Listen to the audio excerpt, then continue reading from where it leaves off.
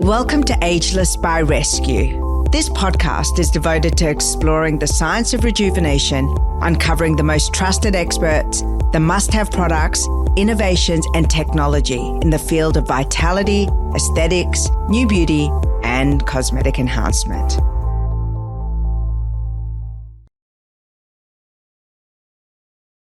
Melissa, I am so happy to have you on the show. We've worked together before. We've published some of your content on Ageless by Rescu when it was Rescu. And you were like my first port of call when I wanted to talk about money and how it ties into wellness, but particularly on the subject of longevity. I heard a podcast or watched a YouTube with Professor David Sinclair, who's kind of the godfather of longevity and wellness. And he was saying that his father, who is in his 80s, has commenced a brand new career, and that he fully expects to engage with this new career. And it really got me thinking about, you know, how are we going to look at money as we are going to expand our lifespan? Yeah. And it's thank you for having me. I'm really, really excited to be here, and particularly after such a, long time between drinks for you and I. But I guess when you, and like, what an amazing guy, of course, starting career at 80 years of age, that's fantastic. But I guess it's the concept of money, financial wellness, financial well-being, particularly, with that focus on women, because, we are all living so much longer that it really... we're living 6 to 8 years longer than men on average. Oh, yeah. On average, and that's just the statistical average. And why else? Because quality lasts. But that's but I think it's more so now. It's even more important, irrespective of where you are at, what stage, what age, what's going on for you in your life. It is relevant. Money, financial wellness, financial well-being. Having that that understanding, and obviously a lot of stuff we're going to have a chat about today. I think it doesn't differentiate across, I've always said this, over socioeconomic areas, ages, all that sort of thing. It really, it's just as important when you're starting out as when you're sort of, when you're in your later years of life. It's just as important to understand it. And if you don't, then, obviously what we're going to talk about today, the ramifications of what can happen and the impact it can have, as a flow and effect through the rest of your life. So it's so important. Yeah.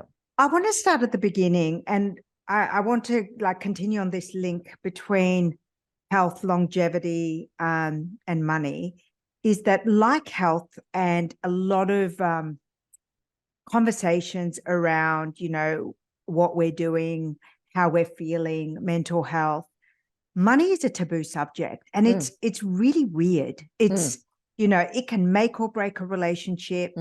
It can destroy friendships. Parents have a hard time discussing it with their children. And, you are a financial coach and you must see this all the time. Why is money such a taboo subject? I mean, people are more comfortable talking about sex, and they really are. Absolutely. Look, and I always say this is a bit of a throwaway joke, but since you've introduced it, you ask someone what they did on a Friday night, and they'll give you a blow-by-blow account of their, their sexual conquests and what they got up to and stuff like that. If you ask them what they earn, crickets.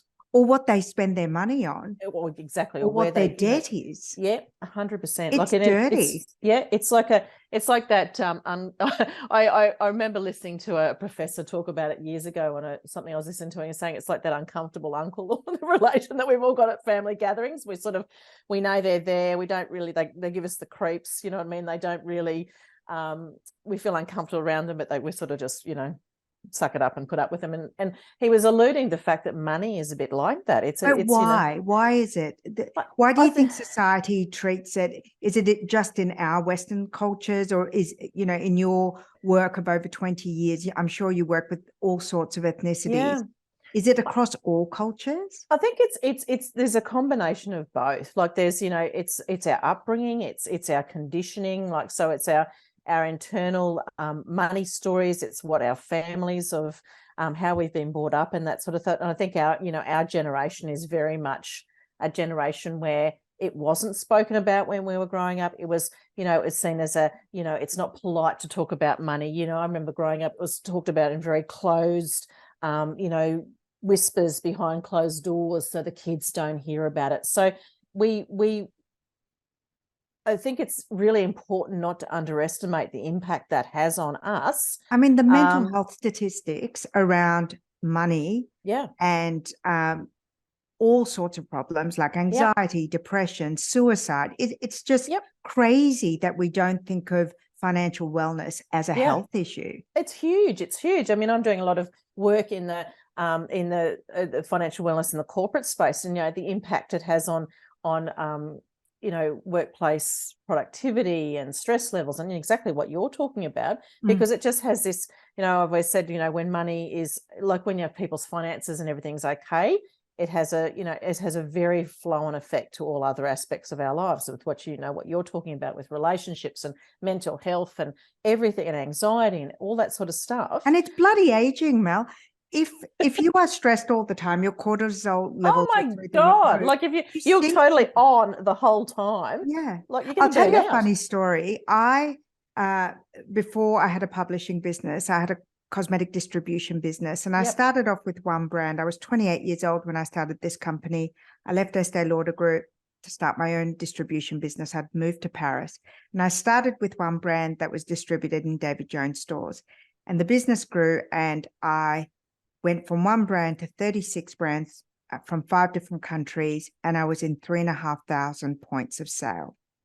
And the GFC hit.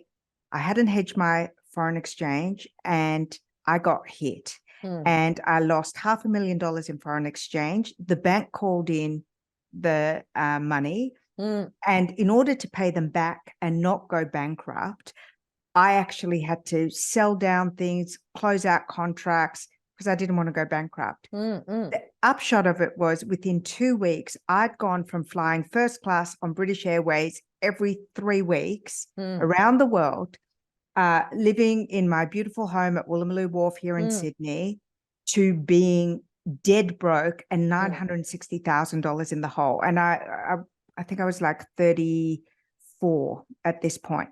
I aged, I think, honestly, 10 years in those 2 weeks. And the ramifications of that financial stress, and I got out of it, and I double mortgaged a property that I fortunately had, and worked bloody hard. Like, kudos to you, but the knock-on of that was I couldn't get pregnant.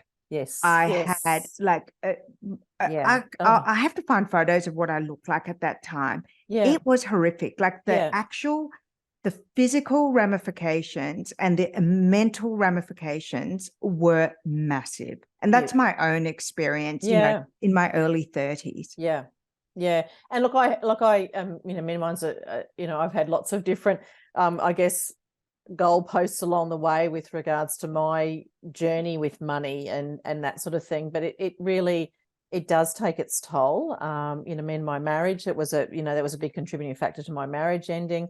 This is quite a long time ago now, but it was, but if I look back now and in my professional life and in my my personal life, and then then starting a business, of what the things that showed up all along the way, they do have a significant impact on our wellness, our overall wellness. So it's our money, our financial wellness, or I love using the word being wealthy, because it encompasses everything. Like it's wealthy, exactly. Wealthy, like wealth is, and money's just one component about that. It's relationships, it's it's our health and well-being, it's our our continuous growing and personal growth and education, and all those aspects of it.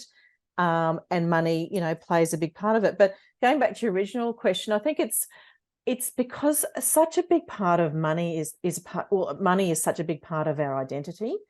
Whether we like it or not, it is a massive part of our identity, which comes from our, our internal money stories and stuff from when we're growing up. You know, all the throwaway lines that we talk about, you know, that like money doesn't grow on trees, or money's the root of all evil, or you can't be a good person and be wealthy. Like, I mean, those things have really big claws that get into our DNA and our subconscious programming and beliefs and stuff like that. So, And you know, for worthiness example, around money is a it's massive thing. it's all about self-worth. Oh, you know, I mean, my favorite saying is I come in the money, but it's never about the money. The money is the effect, not the cause. And it's, you know, I love looking at what the cause is, but it all comes back down to our self-worth. So would I be correct in saying that in a way your job is like a money counselor or a money therapist? I mean, Absolutely. do Absolutely. you do that kind of work? Because, Yeah. you know, when I follow you on social media, I follow you on LinkedIn, and there's always a slightly spiritual aspect to Yeah. the work that you do around money. And it really Yeah. resonates with me Yeah. because I do believe that, and I've experienced this, that, you know, I'm really magnetic to financial wealth and success when my self-concept is good. Mm. And when it's shaky, I make really stupid financial decisions, and I'm a repellent for Yeah. financial success. Yeah. And that's my own personal experience. And so when you talk about financial worthiness, it really resonates with me. And I'm wondering if you can expand on that and Sure. how you work with a client who Yeah. comes to you and when you see that as the underlying cause. Yeah. So yes, if I had $1 for every time people said, you're kind of like a therapist, or are you a therapist? You're kind of like a therapist. And I go, yes, but no, but yes, but no. So yeah, it's very much, you know, as I was saying before, it comes very much down to the money is just the effect of what's going on in our, you know, financial world. And so it's really, you know, it's really important to get that clarity and awareness and efficiency around all that. But it's, for me, it's clearing the space to go and have a look at, you know, our money stories, our money programmings and conditionings and belief, which is all hinged back to our self-worth. And I guess if I could share with you my reckoning, I guess, of really understanding about that connection, is when I actually left a corporate career. And the realization that I was probably had been unemployable my whole life, and, you know, being a nonconformist, it never went really well for me. So you know what, corporate didn't love me either. No. It was a really strange experience for Yeah. me. Opened a lot of doors, but I've worked for myself since I was 28, Yes. and Yeah. I'm Yeah, sure no. a lot of corporations are happy that I Oh, one of my friends said to me the other day, she said, I love you to death, but oh my God, I'd hate for you to have to manage you. Like, you know, it's like, so I always think it's like a starfish I always like a starfish trying to be shoved I into always a went box. in as the boss because, yeah, it would have been pretty nightmarish to manage me in my 20s. Yeah. So, but when I, you know, when I left corporate and you know, was in a great position to actually have some time to really think about what it was, you know, what's going on for me. My marriage had ended. The previous year I had 2 very small children. So it was really, okay, well, what do I want to do? And I sort of, you know, I guess I had the support of someone to be out, you know, like I sort of benched myself for a little while just to, you know, really create that space for me to really look at what I wanted to do. And, you know, this was it 2013, you know, 2013, so a fairly long time ago. And, you know, it was funny, apart from the fact that once I had that, create that to really sit back and have a look at it, you know, there's this whole big line of breadcrumbs leading up to where I wanted to be and what I wanted to do and that sort of thing. But then, you know, I mean, I started my business, and then, you know, it was sort of that expectations versus reality of really thinking, oh, you know, I'm going to start my business. People are going to be knocking down the doors to actually, you know, come and work with me. And you know, I mean, obviously that didn't happen. And that, you know, even after 20 years in finance, and I had more qualifications and experience than you could, you know, poke a stick at, that's when my growth and my journey started around my relationship with money, because I couldn't hide behind a career or a title or a salary. I was completely exposed as me. And if you ever want to explore your money beliefs and stories and stuff like that, go and start your own business, because they will come. Isn't that the truth? Roaring up into your face. And so that's when I realized the impact of, you know, I guess money mindset is the sort of the throwaway term, but I actually really prefer calling it inner awareness, because it's actually getting out of your mind and dropping down into more into your heart space of really understanding the power of, these programmings and beliefs that we hold inside us, the impact that has on our thoughts that, then creates our reality and that sort of thing. So it's really doing a lot of work around, which I was having this conversation this morning about, really breaking that cycle or pattern people have around money, which is, very connected, as we said, to self-worth. And then, changing those neural pathways, which you can do now. So there's that side of it. Then there's the societal conditioning that comes in around that as well. So we're, if we grow up our whole lives being told that money's bad and, you can't be a good person about if you've got money, or it's, it's not great to talk about money. So you grow up out your whole lives and then you become adults and you find out what is used as a yardstick to define success and status and power. It's all around money. So hang on a minute. So I've been told my whole life money's bad and you shouldn't talk about it and stuff like that. And then as an adult, I find out it's actually really, it's a big part of what forms our whole life and our identity. So there's kind of this dysfunctional disconnect that a lot of people can experience around money, and then couple that with the fact that we don't have the skills or the knowledge or the understanding or the education around it. And, particularly as women on a whole different level, which is, another fairly huge conversation. But I think it's that, that self-worth piece is just massive. And that I'll tell you a really funny thing. I said to my daughter, Lily, who's 12, that I'm having you on the show today, and gave the background of what you did. And she went into her room and she got me this affirmation card. I don't know if you can see it, but it says, "Get the money, honey." Oh, I love it. So cute. And she said, "Mom, I want you to put it on the mantelpiece because we're going to manifest more money." And I thought, funny thing for her to say, she's 12, but obviously, it's in the realms of conversation. There is no way on God's planet that as a 12-year-old, I would have dared, first of all, to have a conversation about my parents' financial situation. I would never have had a lightheartedness towards wealth to come up with an affirmation card to hand over to my mum or my dad. But even this concept of it's a manifestation, I know that this is like a catch-cry word at the moment, but the fact that as a 12-year-old, there's something in the back of her head that knows that there is a responsibility that's linked from attitude to reality. And I was so happy. I thought, that is so good. And how empowering is that for her, that she is in control she is actually the master of her own destiny and is in control of that. I was so that's just happy. That's empowering, it's liberating and amazing. But we were brought up by boomers and they had a very different experience to money. And they were, raised by people who came out of the wars. And the depression and stuff, And depression. And so they had a very difficult relationship with money. I came to Australia as an immigrant. So I was 7.5 when I came here from Iran. So we left a war and a revolution. Yeah. I can tell you what we left the country with. My mother's wedding ring, a necklace that her great aunt had given me. It was a butterfly necklace and 1 gold coin, and that we smuggled out of the country. That was the totality of our wealth. And so there's a lot of messaging around money in my household that lives in my head rent free, and I have to catch it. So I'm wondering if we can talk about self-sabotage as a subject. So we've got self-worth being kind of the cornerstone of financial wellness and being wealthy. But where, in your opinion, does self-sabotage come into the undoing of that wellness? Well, I think it's driven a lot around self-worth, first of all. I think it's all tied in together. But a lot of stuff I do particularly with women is, that incessant self-talk that we have, which is never particularly positive, particularly around money and our ability with money and our finances and that sort of thing. And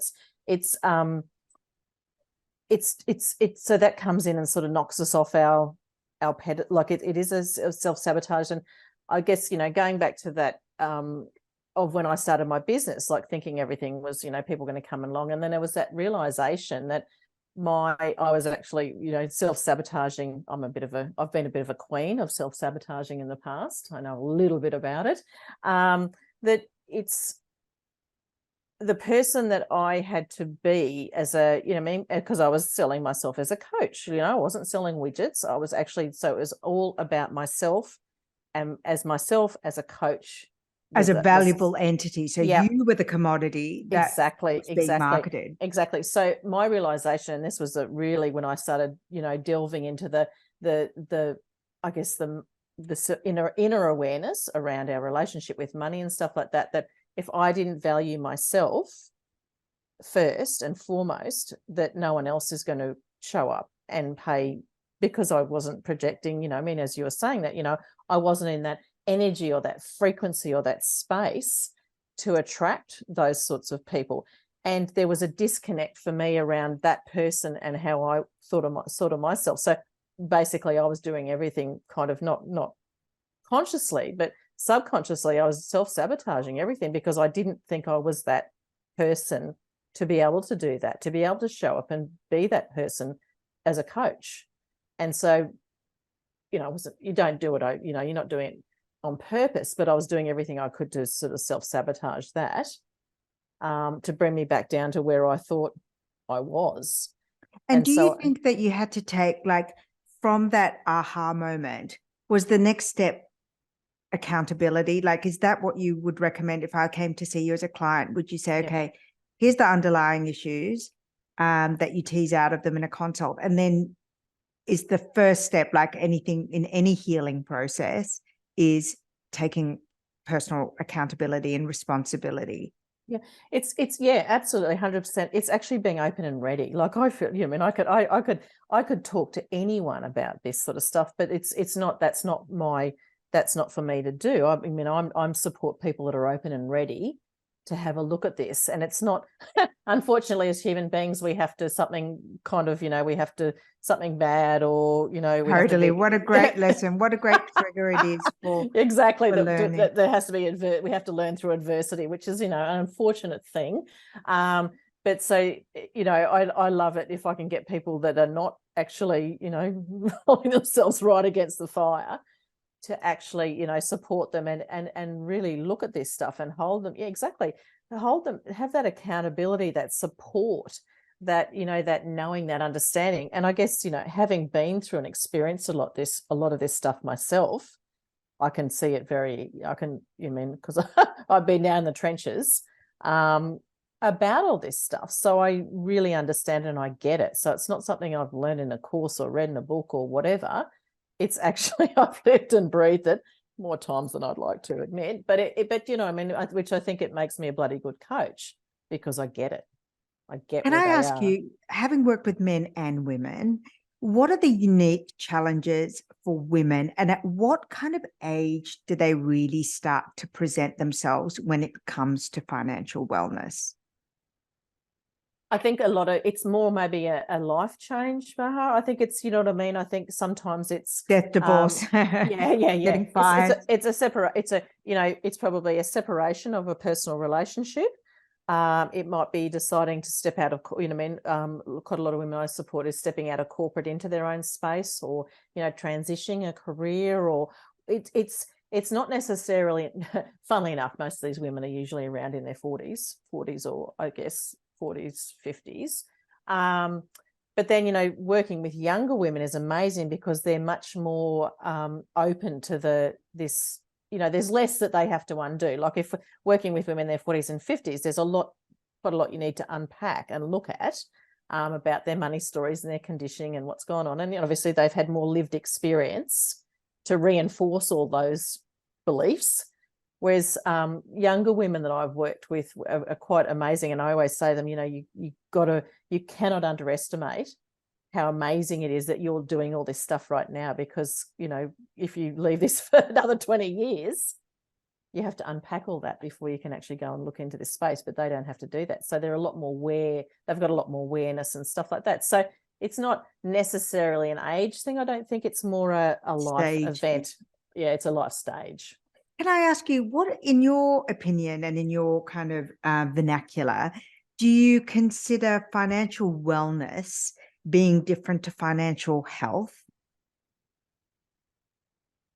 I think they're probably one of the same things. I think it's, financial wellness or financial well-being is an encompassing thing, of which money is obviously a very big aspect of it.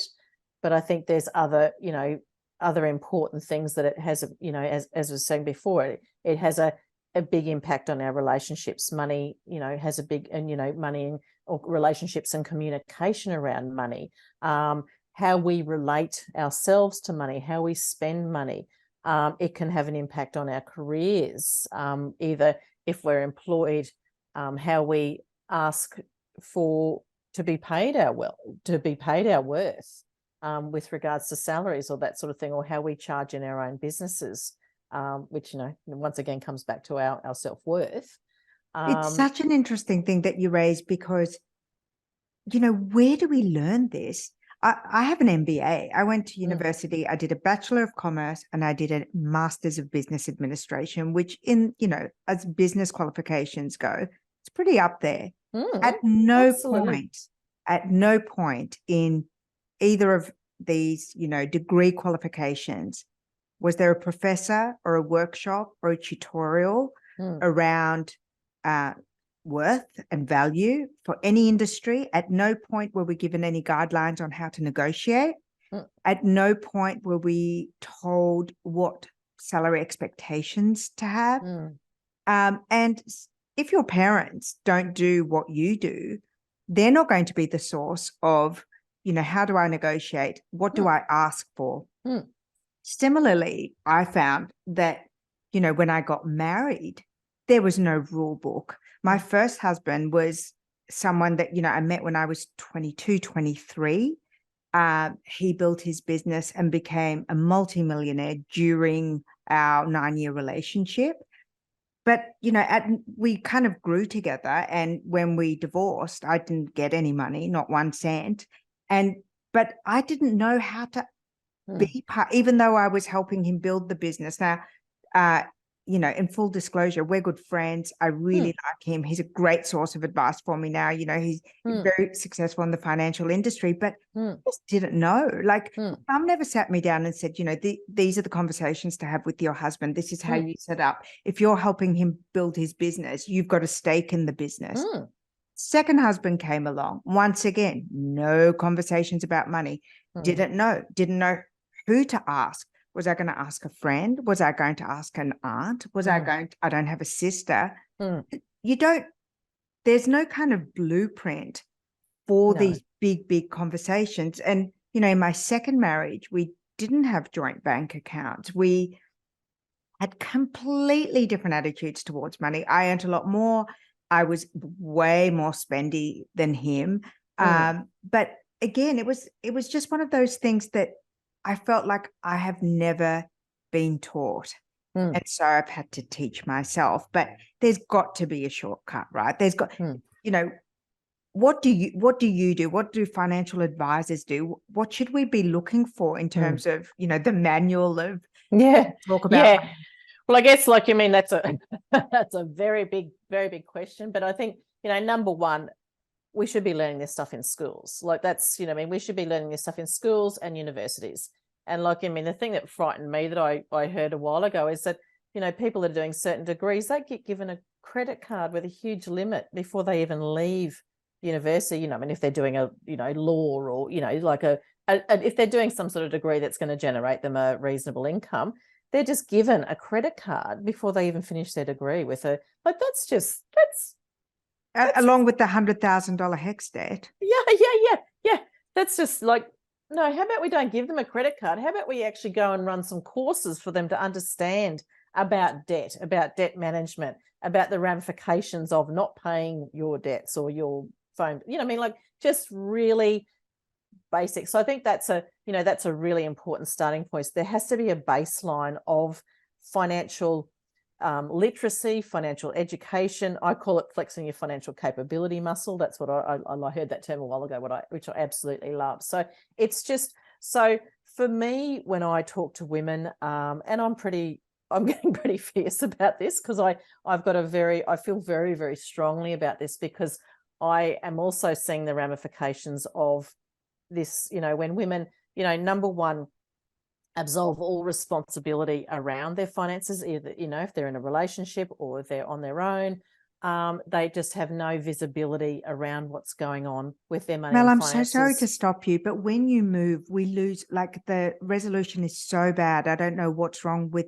at your end, but when you move your head, it just goes all blurry. So when you're giving the big, I don't know if your internet is, no, maybe Zoom's playing up, but yeah. So just sorry, pick up from where you were, but we'll edit this. So don't try and move. It's very hard for me not to move when I talk. I know. So where was I at?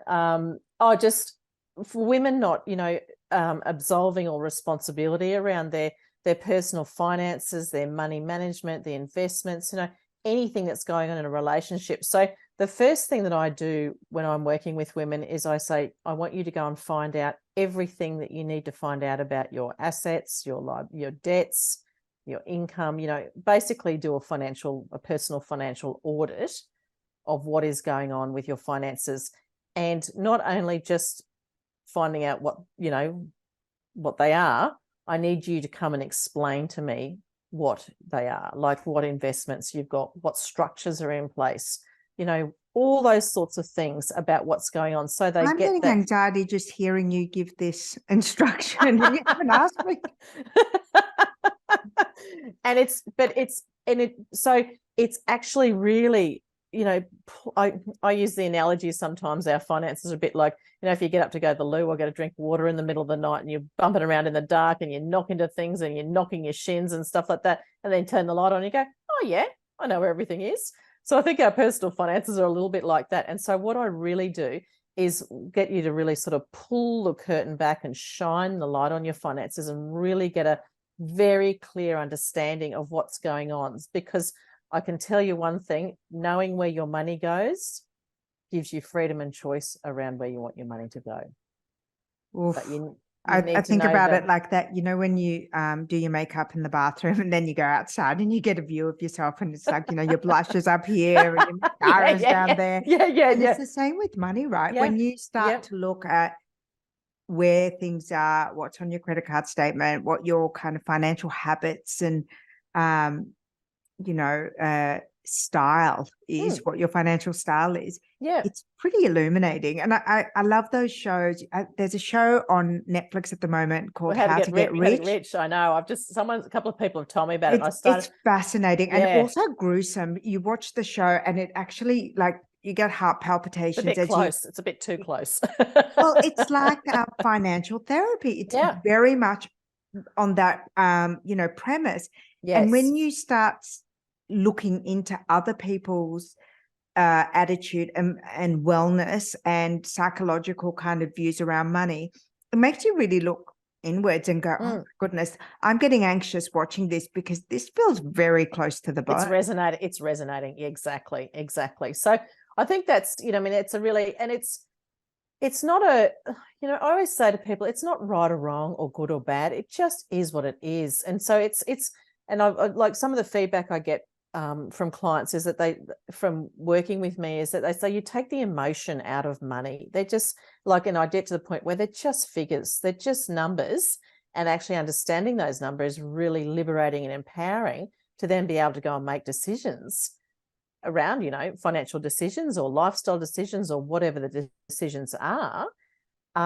Once we've got that knowledge and that information. So, you need to know, where and what you spend your money on first to then be able to make educated, informed decisions about where and what you'll spend your money on. But you have to know that first bit before you can do the second bit. So it's confronting, it's scary, but hands down, it's probably one of the most liberating things I do with my clients is actually for them to understand that, to get that And knowledge, to and get can that I ask you, understanding. do they do that by themselves, or if they're married or with a partner, do they do that together? What do you recommend we do as a starting point? Whether I go through and do two separate pieces of, I separate out your spending or financial commitments into fixed costs, which is kind of all everything you spend on a regular ongoing basis. So it's all your big ticket items that you spend on a regular basis. So it might be your mortgage, your Botox, rent, face cream, all of those that essentials. could be lifestyle or not. But yeah, so all your bills, we go through and do a piece of reviewing all those and getting them as efficient as possible. So that's sort of that sort of things. And then I also look at people with regards to their lifestyle spending, so which is pretty much anything that's not a fixed cost. And every time you walk out the door and put your hand in your pocket, that's a fixed cost. Lifestyle spending. So I get people to actually track that lifestyle spending for 30 days, because you've got a lot of flexibility and I guess pliability of, if there's some areas that you do want to start, moving money towards. Once you understand where you're spending that money on your lifestyle, you can maybe sort of like, I don't like using the word budget. I don't like using, it's not about budgeting. It's not about going without. It's not about scorched earth. It is about getting very, very clear. So this comes back to, I do a lot of stuff around values, value-based decision-making. What's important to you in your life to make sure that you've got money available for. So it's not about going without and doing a budget and denying yourself. It's getting very, very clear on what is important to you and making sure there is money available for that side of things. So either, you can do that as a single person. If I'm working with a couple, they usually, they'll track their spending. We'll work on the fixed costs together as a couple. They might track their spending through the week, each of them themselves, and then they might get together on a Friday night. I usually try and get them to have a money date to get together and collate that information. God.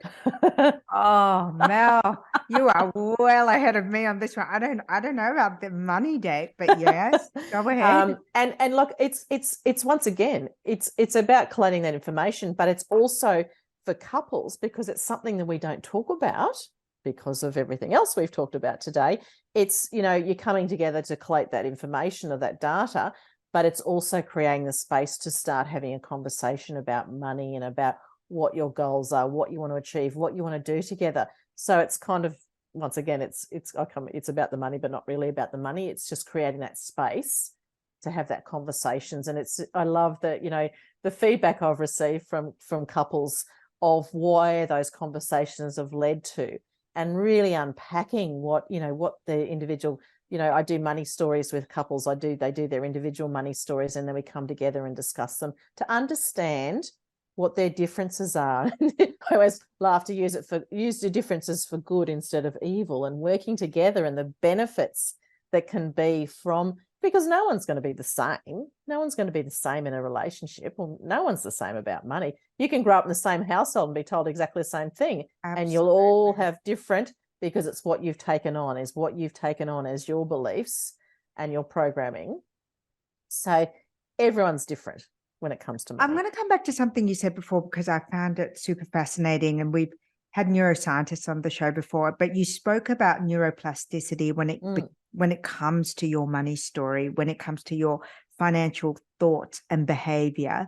Can you expand on that subject? Because Sure. I find that aspect quite exciting, because it feels like that's something you can change. Absolutely. Like, you can change it. So basically, like, all those sayings, our thoughts create our reality, or if we can think it, we can achieve it. They are all true. Or where your focus goes, your energy flows. So, a big piece I do with people is actually really unpacking their money beliefs and blocks, or the negative self-talk that they say to themselves in their mind, and also what comes out of their mouth. And it can be usually not very complimentary. And a lot of times it's not even true. These are just stories. They're stories that we've carried around in our subconscious our whole lives. And a lot of the times when you actually question them and look at them, they're not even yours. They could be your family's, they could be ancestral. It's all passed down through our family of origin and stuff like that, because that's obviously where we, you know, where we're hanging out when we're little people. So it's really having a look at that, and then, you know, going through and reframing and questioning all those, you know, those statements and those thoughts and those beliefs, and really and reframing them into actually positive, relevant, real beliefs. So I guess, you know, I was having this conversation with someone this morning, would you be rather focusing on what you don't have enough of, what you're missing out on, what you're, you know, what's going, all the negative stuff that's going on in your life? Because I can tell you, if you're focusing over there, your brain, universe, God, whoever you want to talk about, is going, oh, right. So that's where you're focusing. It's not whether you want it or don't want it. It's going, oh, so you're focusing over there. That's where your energy is. So you want more of that. So you're going to get more of that. You know, it's interesting because there's this building dialogue around what we were talking about before, which is manifestations, affirmations, but it also kind of dovetails into this neuroplasticity idea. So you're talking about, you know, that almost that self-hypnosis loop of the stories, of the words, of the phraseology that we use when it comes to money. And that, you know, that creates a neuro track in our mind. It's breaking that pattern, it's breaking that thought process, because it's our thoughts is where we can break the cycle, when we change our thoughts. So what you're saying is that the affirmations and changing the language and thoughts around money, that is a fundamental step, but also you have to take action. Yeah. It's not like reading The Secret, doing some manifestations, and then you're suddenly, you know. No, you do have to take inspired action. You do have to, you know, there is, you know, it's just always say you can read about it, think about it, sit on the top of the hill cross-legged and meditate about it and stuff like that. But you do have to take some inspired action around that. So that's sort of where I guess the metal hits the road. But so when we focus on, like I do quite a lot of different things. And, you know, one of them is actually, you know, really getting clear on what your perfect day is, like, you know, engaging all your senses and actually really going to town. And I've done this a number of times myself. And so imagine if you are every morning when you wake up, you're focusing on that, you're practicing gratitude, and, you know, joy and abundance and that sort of thing, and actually really focusing on that life and that vision, as opposed to what you're, you know, what all the terrible doom and gloom over here. You know, I mean, you keep focusing that and keep focusing on that and keep focusing on that. And then once that, and you get to the point where you can't even remember what the other stuff is you've been thinking about. All the Can I ask you, in your practice, what are the key themes and priorities that come up for, you know, we were talking about women in their 40s, but, you know, and beyond, or younger women. What are the key? There must be like a repeat of themes that come up when it comes to financial wellness. It's all around our money story and our relationship with money. That is it. Like I run, you know, I run one-on-one, I run in-person workshops quite a bit, and women come along thinking we're going to talk about budgeting and cash flows and, you know, all that sort of stuff, we usually spend 2 to 3 hours unpacking their relationship with money, how money was spoken about when they're growing up, and their money stories and all that. And that is absolutely the king. Yeah. It's really the fun. Oh, sorry. No, that's where the magic happens. Do you think the financial institutions have cottoned on to the fact that they're, you know, between financial advisors and TikTok, that there's a role for some financial education, financial responsibilities? I know in the US, you know, providing financial coaching is now becoming one of the things as part of the wellness packages of executives, as a retention and as a recruitment tool. Have you seen any shift in that in Australia? Are we, you know, following on from that? Are financial institutions, do they have any kind of free services or anything that we can tap into? Look, I think they do. I think we've got a long way to go. Like, I know, you know, I mean, in the States and also in the UK, like, you know, you can become a certified money coach.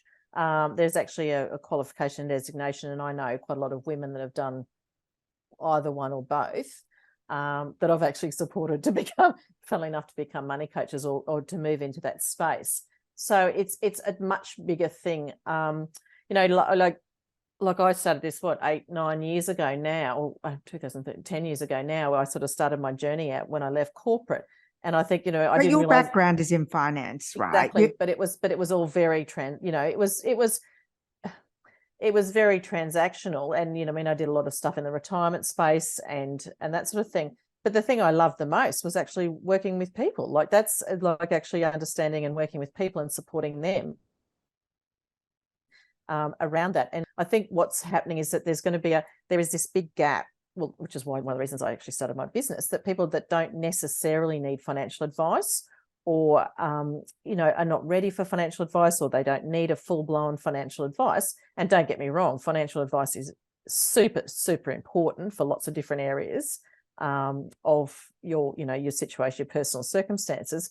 But there's this space that just people need a hand, just to, that accountability, that support, that education, that knowledge, that they just need that support in that space. And I think if corporations, institutions, and also financial planning groups don't embrace that, they're going to lose these people, because they're not going to be giving them what they need at that time. And if they do provide them with that, then when they're ready, they will become financial planning clients. Or, do you know what I mean? Like, they really need to offer that. When I was very, very successful in my distribution business, I have private banking, and I won't say which bank, but I had absolutely no help. Like, with the top bank in Australia, a private client, my family had private banking with them. I was a wealthy individual, a young woman making a ton of money. And the most that I got was, fast loans.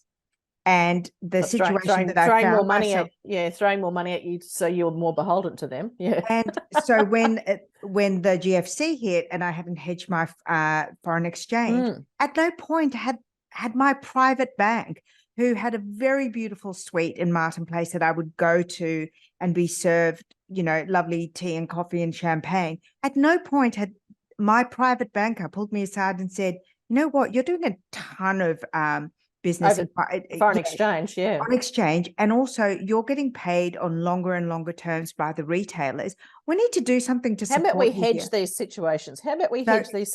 To make sure that you're locked into you should have been working with a foreign exchange person division, hedge, put some positions in to hedge your positions, to make sure that that you didn't, obviously that you don't lose on the downside.